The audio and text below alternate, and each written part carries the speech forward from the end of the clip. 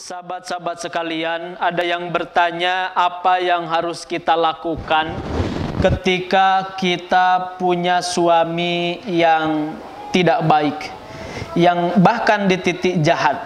Sahabat-sahabat yang dirahmati Allah, maka jawabannya yang pertama adalah yang harus kita lakukan, terima ini sebagai takdir. Jadi terima dulu ini sebagai takdir dari Allah Subhanahu wa ta'ala, bahwa memang setiap orang itu tidak semua yang diharapkan itu sesuai dengan kenyataan. Tidak semua orang soleh akan dijodohkan dengan wanita solehah. Wanita solehah dijodohkan dengan orang soleh.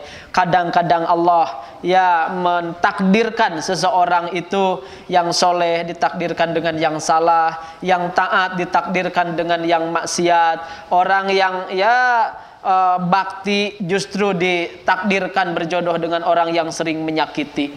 Itu memang bagian dari takdir Allah yang harus kita imani sebagai orang beriman. Yang nomor kedua adalah sikapi suami yang tidak baik itu sebagai ujian. Kadang Allah itu untuk menaikkan derajat kita meminjam orang-orang yang tidak baik, menguji kesabaran kita. Kadang ada yang mungkin suaminya baik, Allah meminjam mertuanya tidak baik.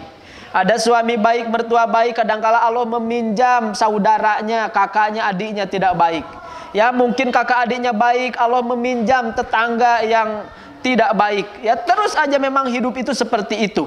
Maka ketika suami ditakdirkan tidak baik, anggap itu sebagai ya suami kita itu dipinjam oleh Allah untuk menguji kesabaran kita.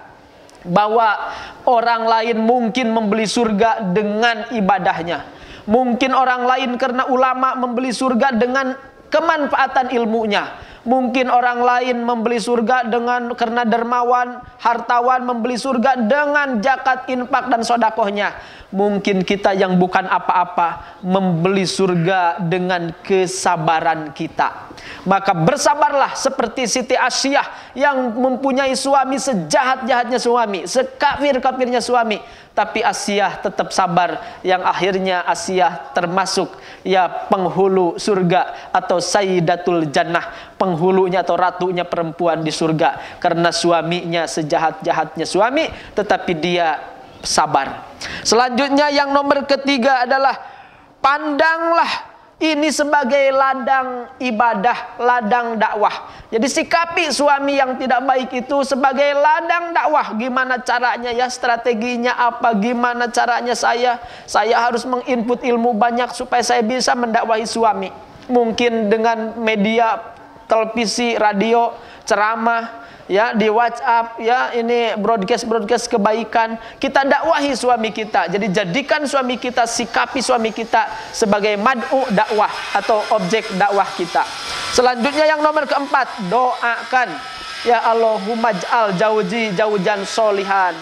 Ya Allah, jadikan suamiku adalah suami yang soleh. Jadi terus doakan.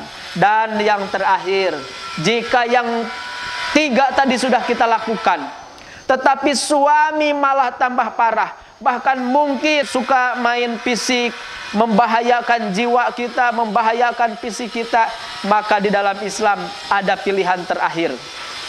La yukallifullahu nafsan illa wus'aha. Allah tidak akan membebani suatu beban kepada seseorang yang tidak sanggup dia ya menanggungnya. Maka yang terakhir ada pilihan terakhir, dan ini harus pilihan yang ya final, yang terakhir. Apa itu? At-tolak, perceraian.